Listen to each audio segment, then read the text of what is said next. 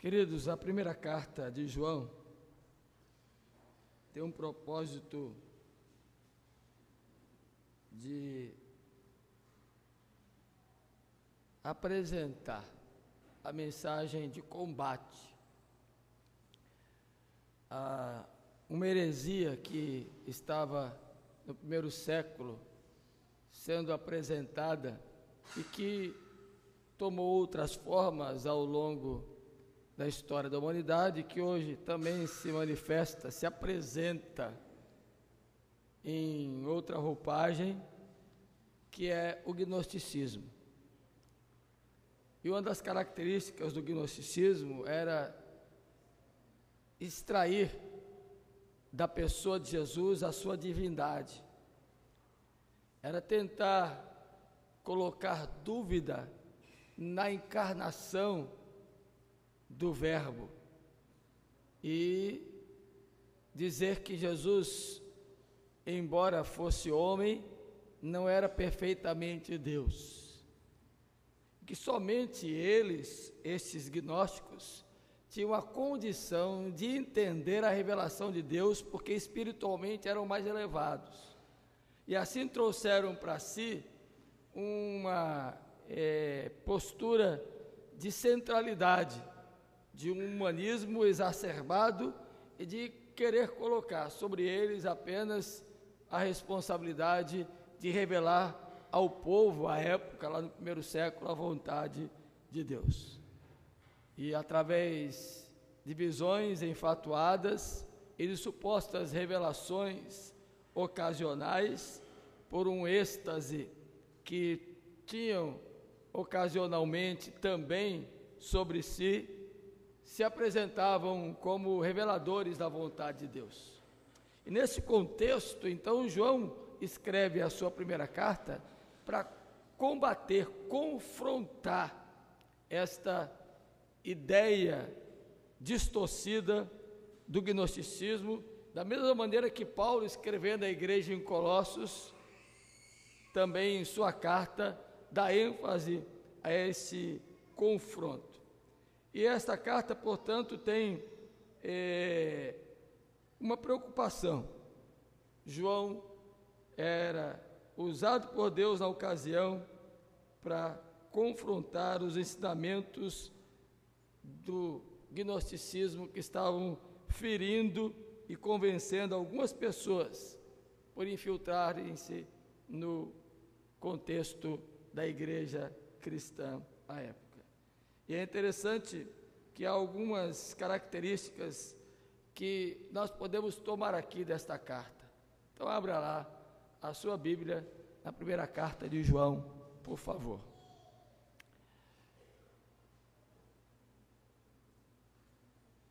Primeira coisa que João traz de entendimento, logo de forma declarativa, está aí nos 4 primeiros versículos.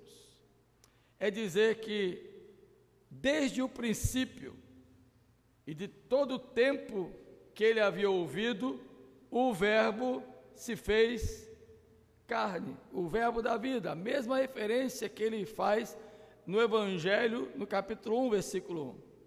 E diz que essa manifestação do Verbo da vida, versículo 2, que é Cristo Jesus, ele havia dado testemunho e que o Pai estava com ele e havia manifestado a ele, para que nós pudéssemos nele igualmente termos comunhão com o Pai, com o seu próprio Filho Jesus Cristo, e pudéssemos viver uma vida de completa alegria. Esse é o contexto da saudação da carta de João, apresentando Jesus como o Verbo da vida, definindo como Deus entre nós manifestado, para nos trazer comunhão com o Pai, comunhão com Ele próprio e fazer-nos viver uma vida de alegria, de contentamento. E nesse pensamento, então, ele argumenta 3 aspectos a respeito de Deus e da divindade de Jesus Cristo. O primeiro aspecto está aí no capítulo número 1, do verso 5, até o capítulo 2, versículo número 6, quando ele afirma que Deus é luz. E esta afirmação tem um propósito que nós vamos ver já já, que os irmãos, por favor, guardem aí em seu coração. Deus é luz e Jesus é luz. E em João, ele afirma esta mensagem lá no capítulo 9, quando ele diz: eu sou a luz do mundo. Quem me segue não andará em trevas. Então, se quisermos andar em clareza de vida, iluminados em nosso entendimento e em nossa jornada, nós precisamos da luz. E a luz é Deus. E foi revelada a nós, na pessoa bendita do seu Filho Jesus Cristo, que é a luz do mundo. E nele não há escuridão, não há trevas, não há possibilidade de se esconder erros, porque ele é luz. A segunda argumentação que ele coloca aí, depois de discorrer sobre a vitória sobre o inimigo, sobre os agentes pelos quais devemos lutar para não cairmos em tentação e mostrar o perigo dos anticristos, dos falsos mestres, ele diz que Deus é Pai. É a outra afirmação da primeira carta de João.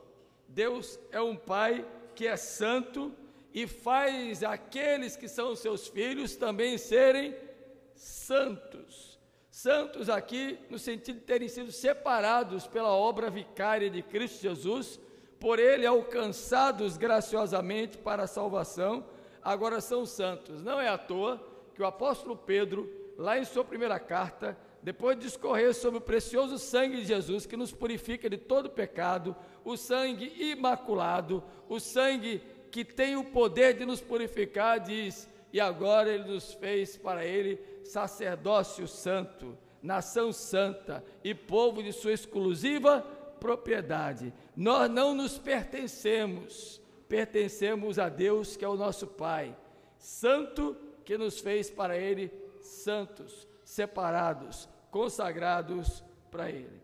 Depois o apóstolo João vai desenvolvendo o seu raciocínio e fala da diferença entre os filhos de Deus e os filhos do maligno. Justamente os filhos de Deus são aqueles que o têm como pai e são aqueles que estão andando na luz e que não odeiam os seus irmãos, que vivem em comunhão, em contraste com o ensino dos falsos mestres, que embora os gnósticos dissessem que eram dotados da capacidade de revelação para mostrar as verdades de Deus, eles não amavam os outros, pelo contrário, eles exploravam, hostilizavam e feriam ao seu próximo.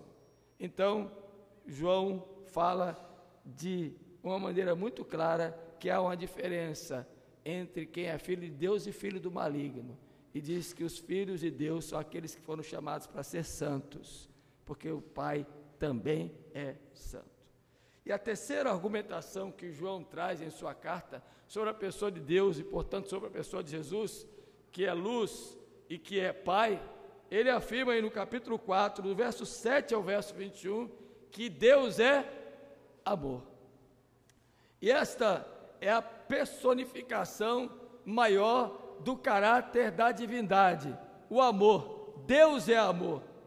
E no amor não existe medo, escreveu o apóstolo Paulo em sua primeira carta aos Coríntios, quando discorre sobre o amor supremo e coloca este amor como sendo o próprio amor de Deus para conosco. E conclui dizendo que 3 virtudes devemos alimentar em nossa mente, nosso coração: a fé, a esperança e o amor. Esses 3, porém o maior desses é o amor. Por quê? Porque Deus é amor. E Jesus é a expressão cabal do amor de Deus, sumariada na cruz do Calvário. Nessa argumentação, então, o escritor sagrado conclui dizendo que, vivendo nesta fé, acreditando nessa propositura da divindade de Cristo Jesus, que é luz como Deus é luz, que é Pai, por ser Ele o Filho que nos aproxima e mantém a comunhão com o Pai, e que é amor, porque Ele cumpriu cabalmente a missão do amor de Deus, quando na cruz Ele morreu. Ele diz: essa é a fé que vence o mundo, é a fé que devemos trazer conosco. Pastor, o que tem isso a ver em um culto de ação de graças? Por favor,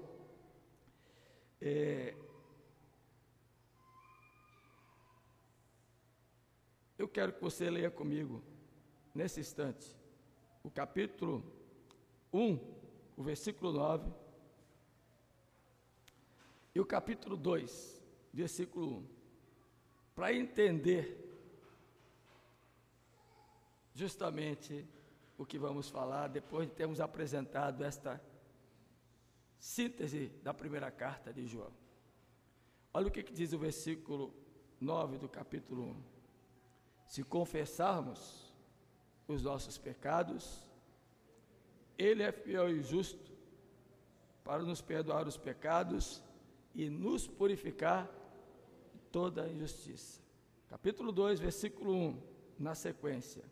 Filhinhos meus, estas coisas vos escrevo para que não pequeis. Se todavia alguém pecar, temos advogado junto ao Pai, Jesus Cristo, o justo. Percebe aí por que João escreveu e para que ele escreveu? Ele escreveu para não pecarmos.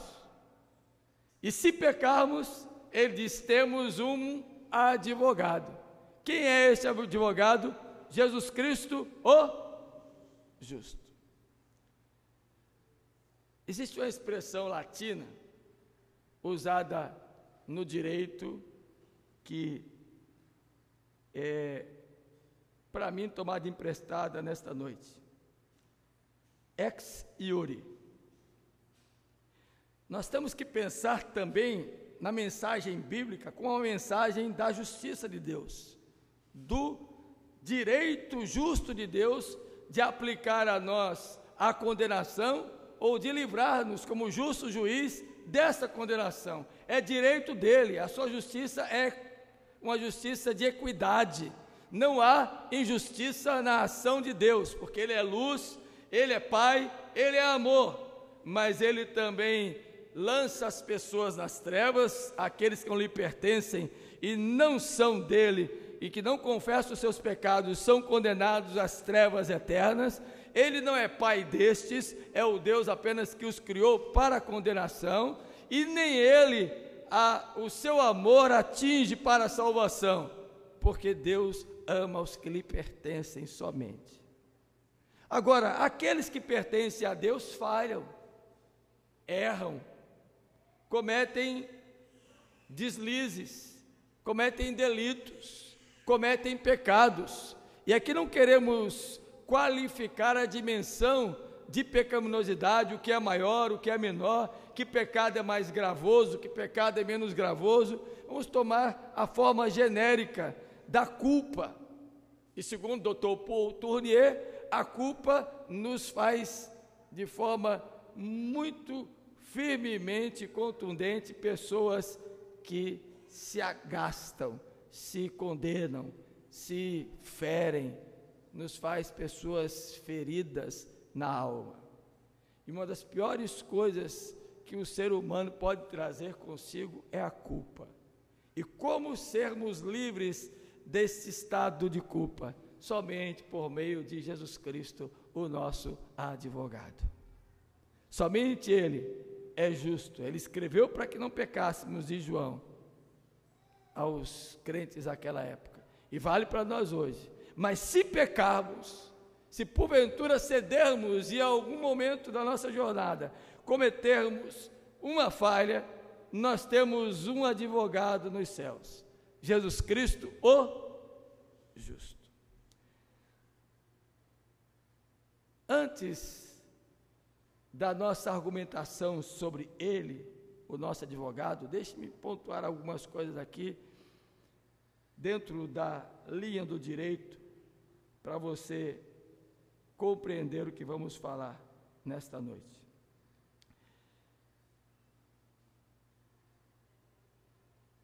Falar de direito é falar daquilo que é justo. Inclusive, chamam os que advogam de operadores do direito.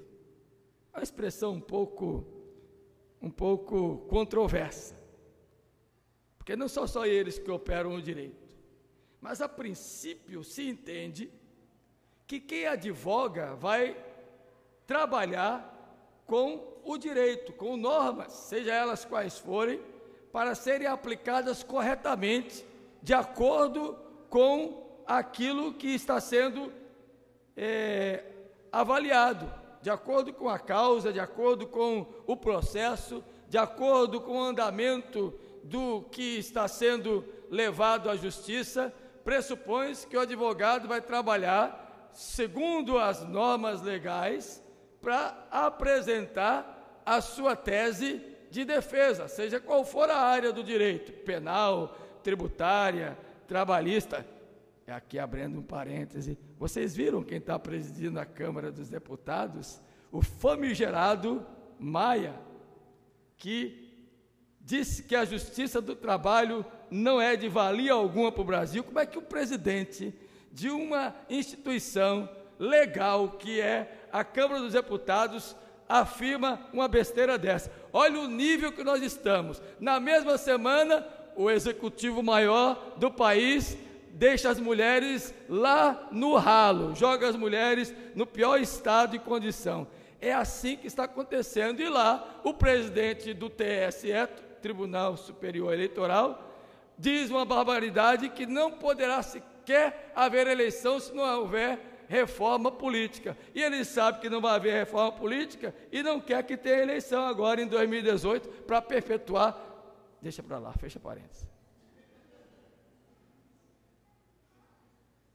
Olha o nível em que nós estamos em termos de liderança política, jurídica e governamental. Onde o presidente da Câmara diz que a justiça do trabalho não serve para nada.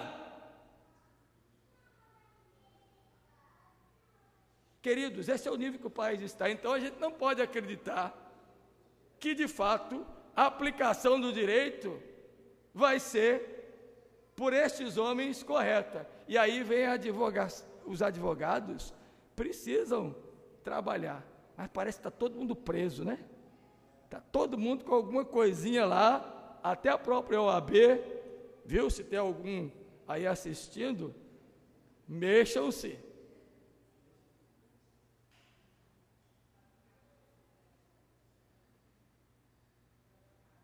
O Estado de Direito foi desmontado. A Constituição da República Federativa do Brasil, proclamada em 1988, foi rasgada. Não vivemos mais um Estado de Direito, vivemos uma ditadura civil política. E onde entra o direito aí? Aí é com vocês, viu, advogados, não é comigo. Mas volte aqui para o que eu ia falando.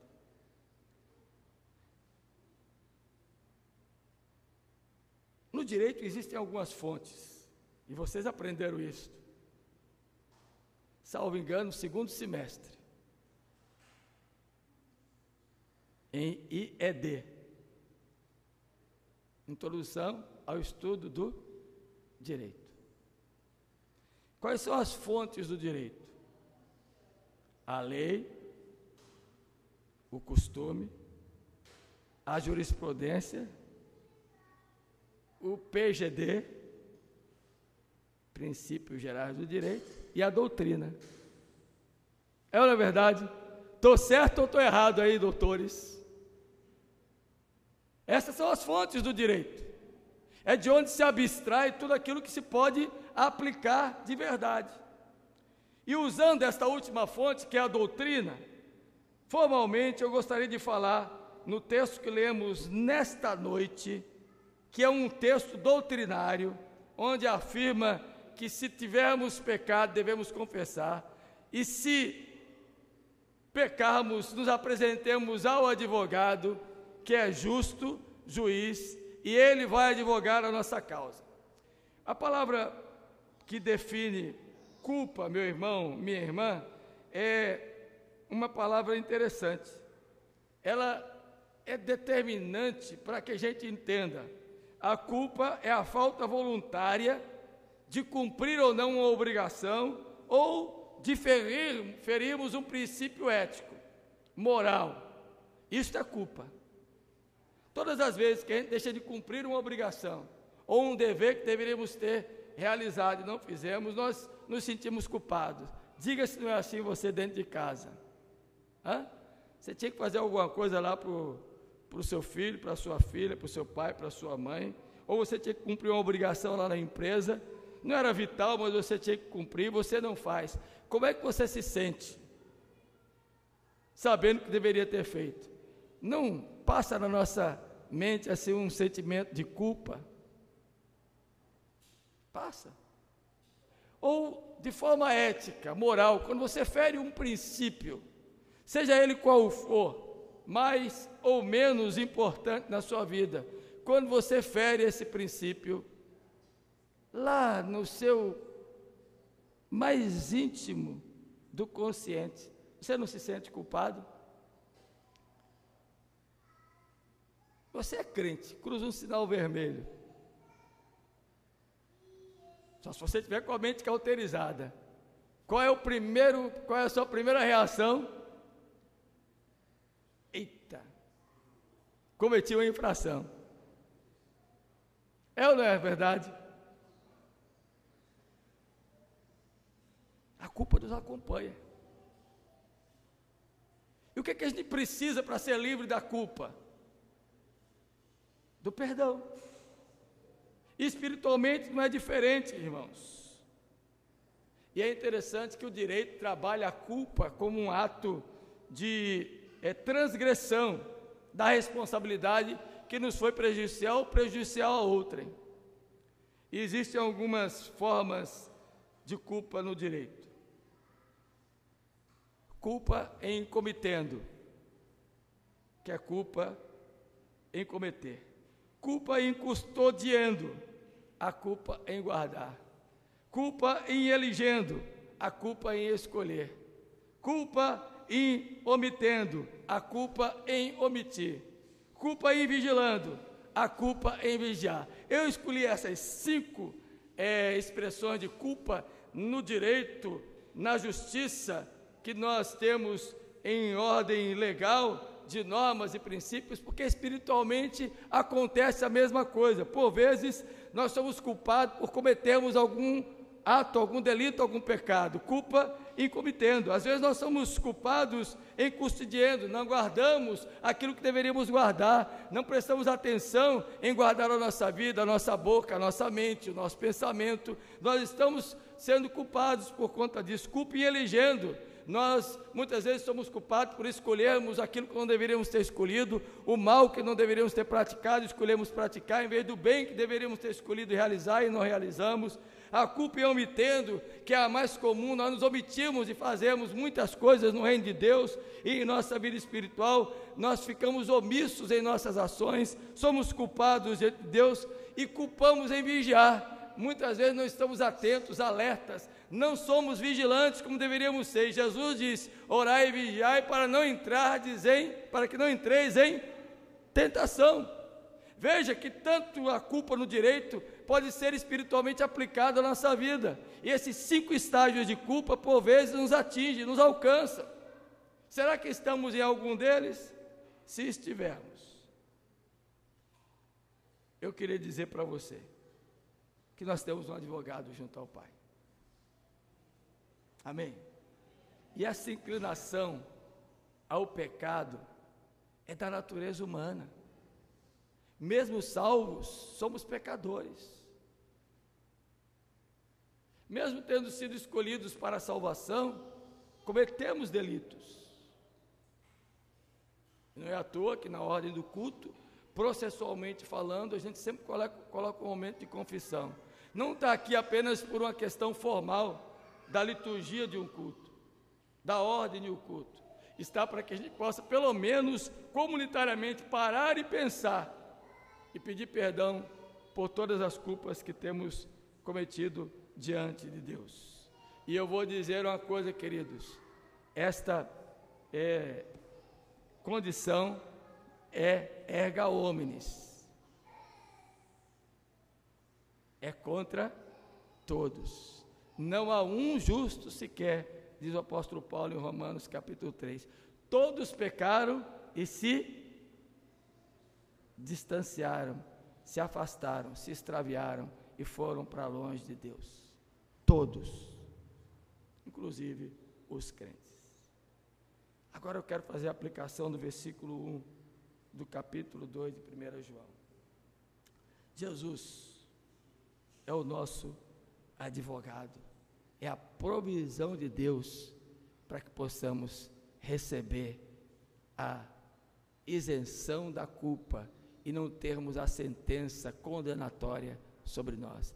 É o único que pode, diante de Deus, nosso Pai, advogar com sucesso e obter pleno êxito em sua defesa, porque Ele é justo. E Ele nos justificou e pagou um alto preço, que cancelou todo escrito de dívida que constava de ordenanças, das normas, e que nos prejudicariam e nos levariam condenados ao inferno. Jesus se apresentou em nosso lugar, advogou a nossa causa. E a palavra que aparece aqui para advogado em 1 João capítulo 2, versículo 1, é a palavra paráclito. É a mesma palavra que Jesus usou para o Espírito Santo quando disse que enviaria o outro. Você sabe o que é o paráclito? Paráclito é aquele que se coloca do lado, que se põe ao lado. É aquele que acompanha. Não é à toa que um advogado é chamado de patrono, né? Por um cliente. E ele responde pelo cliente. E supõe-se que esteja ao lado do cliente. Nem todos obtêm êxito em seus pleitos.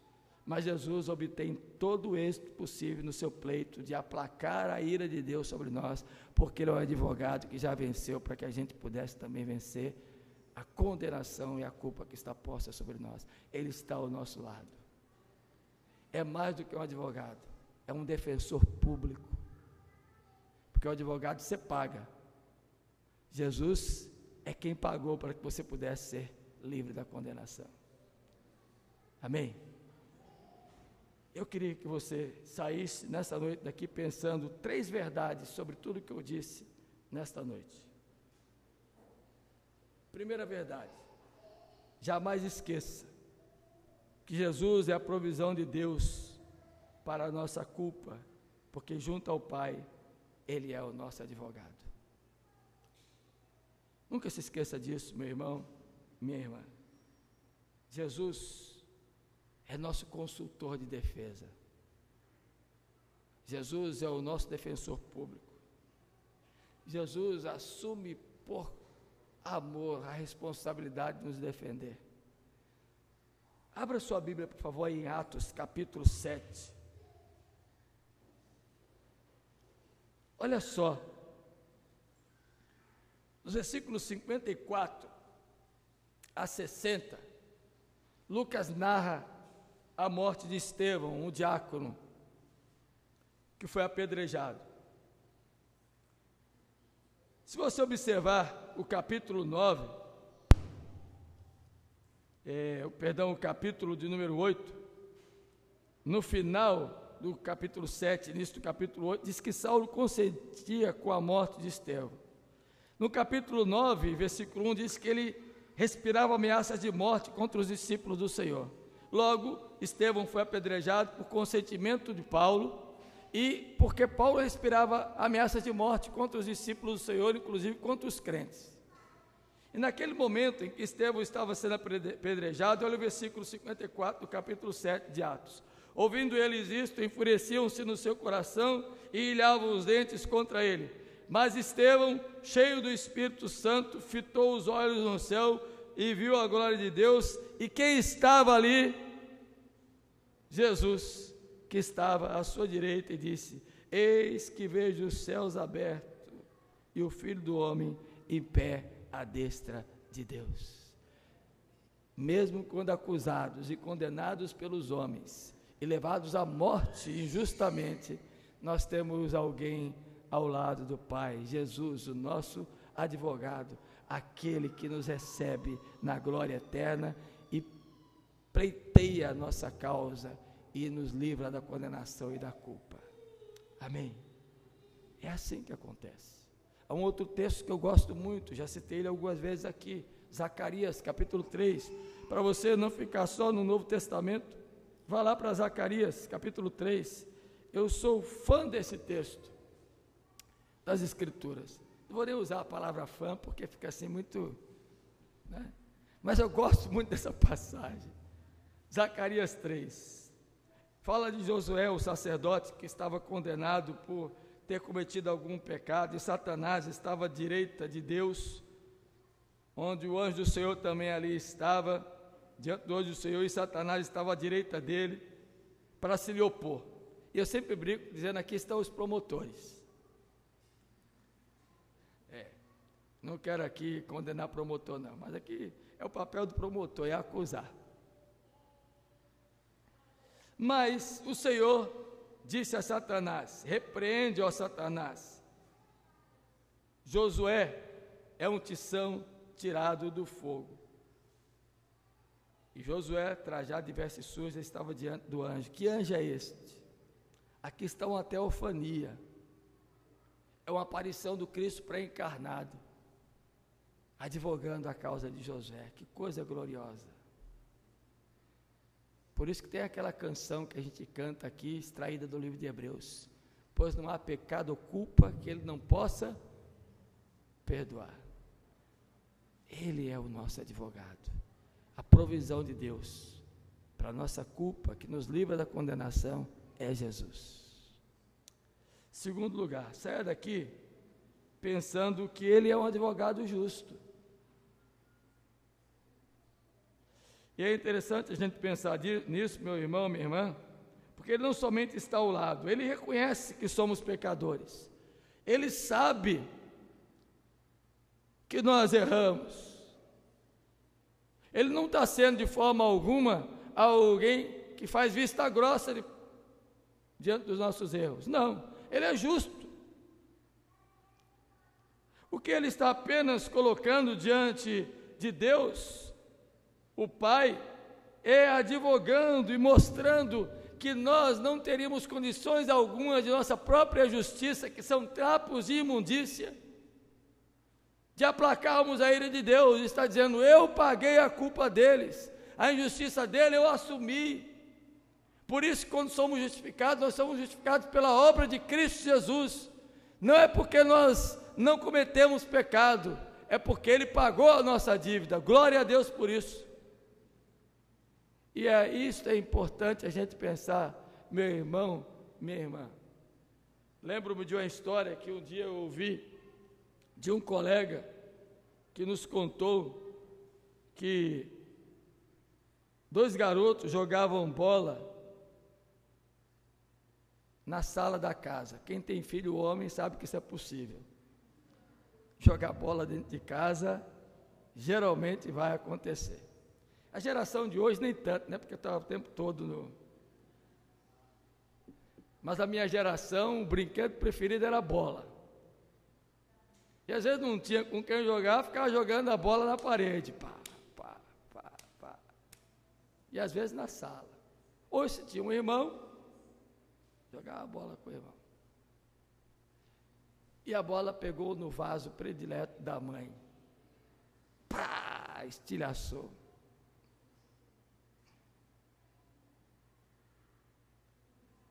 O que você pensa que aconteceu quando a mãe chegou em casa?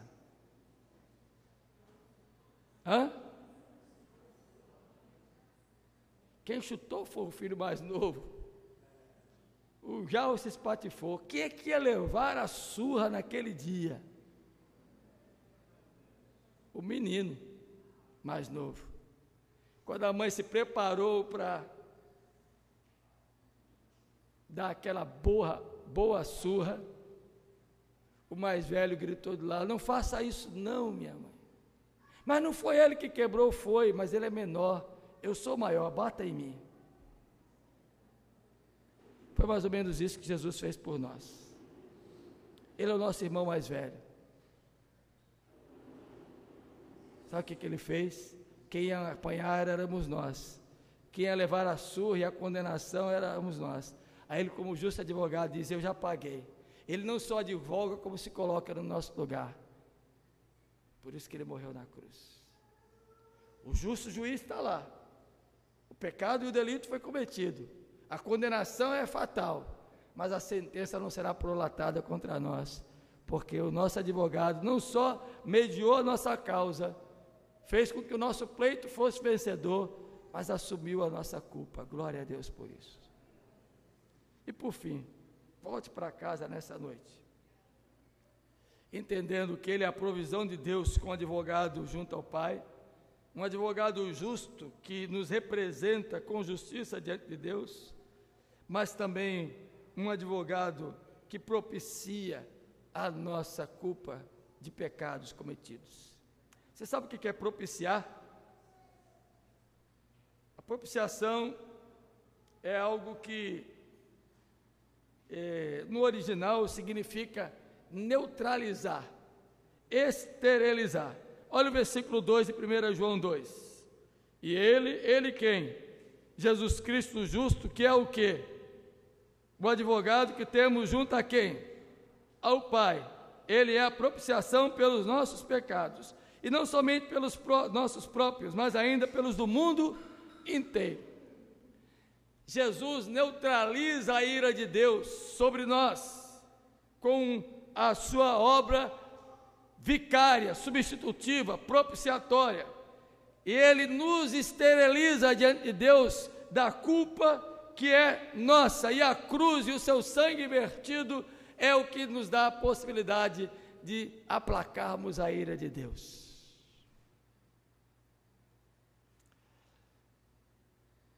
Você já ouviu falar sobre a Arca da Aliança? Está lá no Antigo Testamento. Ela representava a presença de Deus para o povo. Você sabe como é que se chama a tampa da Arca da Aliança, onde estão guardadas as tábuas e os pães da proposição? Que tem a figura de dois seres celestiais virados um para o outro, que são querubins, aquela mesma imagem que Isaías viu no capítulo 6 da sua profecia. Sabe qual é o nome daquela tampa? Aquela tampa se chama propiciatório. E sabe o que acontecia uma vez por ano, quando o sacerdote entrava no Santo dos Santos, depois de ter imolado o cordeiro sem defeito lá na bacia, na entrada do tabernáculo? Ele levava o sangue e aspergia sobre a tampa da arca. A tampa representava a propiciação, é símbolo, figura de Cristo Jesus, que verteu o seu sangue, o Cordeiro Imaculado de Deus, propiciou a nossa culpa. Por isso que Hebreus 10 nos diz lá, que quando Ele rasgou o véu pelo seu sangue, e o batismo que recebemos nesse sangue, e os evangelhos dizem que no dia em que Jesus Cristo expirou, entregando a Deus o seu Espírito, naquela noite fatídica do Gólgota, quando entregou-se por nós, diz-nos a Bíblia que o véu do santuário fez o quê?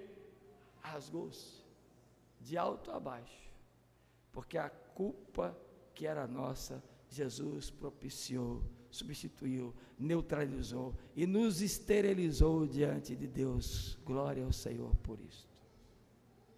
Isso quer dizer que a gente vai pecar? Não. Abra sua Bíblia aí, Romanos capítulo 8, por favor, e eu vou concluir.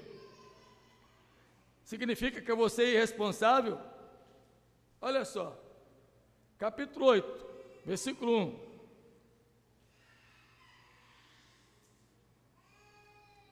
Agora, pois, já nenhuma condenação há para os que estão em Cristo Jesus. Aí, olha o capítulo 7, versículo 7. O que Paulo diz antes? Que diremos, pois? É a lei pecado? De modo nenhum. Mas eu não teria cometido pecado, senão por intermédio da lei, pois não teria eu cometido a cobiça, se a lei não dissera, não cobiçarás. Queridos, nós fomos justificados pelo sangue de Jesus, que aplacou a ira de Deus. Por isso que Isaías 53, 11 diz que o meu servo justo, com o seu sacrifício, justificará a muitos. Não é à toa que a última fala de Jesus na cruz do Calvário, antes de entregar o seu Espírito a Deus, foi tetelestai. Está consumado. É uma linguagem contábil. Os contadores gostam disso. Tetelestai significa está pago. A justiça foi feita. A sentença justa foi aplicada. Não há mais nada a se fazer, porque tudo foi pago. Eu paguei com a minha morte e o meu sangue. Wat Shimani, chinês convertido ao cristianismo, dizia que a cruz, ela atinge a nossa condição de pecadores, mas o sangue atinge a nossa capacidade de pecar. Jesus nos purifica de todo pecado. Ele é o nosso advogado.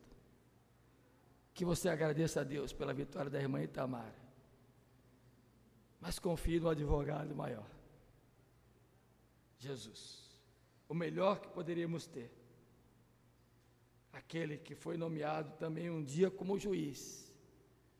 Aproveitemos o tempo em que ele ainda é advogado, porque um dia ele julgará, e aí não haverá desculpa. Dr. John Stott diz, ele não poderia ser nosso advogado no céu hoje, se não tivesse morrido para ser propiciação pelos nossos pecados, e a sua propiciação não teria sido eficaz se em sua vida e caráter não tivesse sido Jesus Cristo, o justo, aquele que nos advoga. Que Deus nos abençoe, que você creia nesse Deus, que deu o seu Filho Jesus para ser a provisão para os nossos pecados, e o caráter justo de sua morte propiciatória, e a sua ação de advocacia celestial, continuam plenamente ao nosso alcance hoje ainda. Deus, pois, nos abençoe. Amém?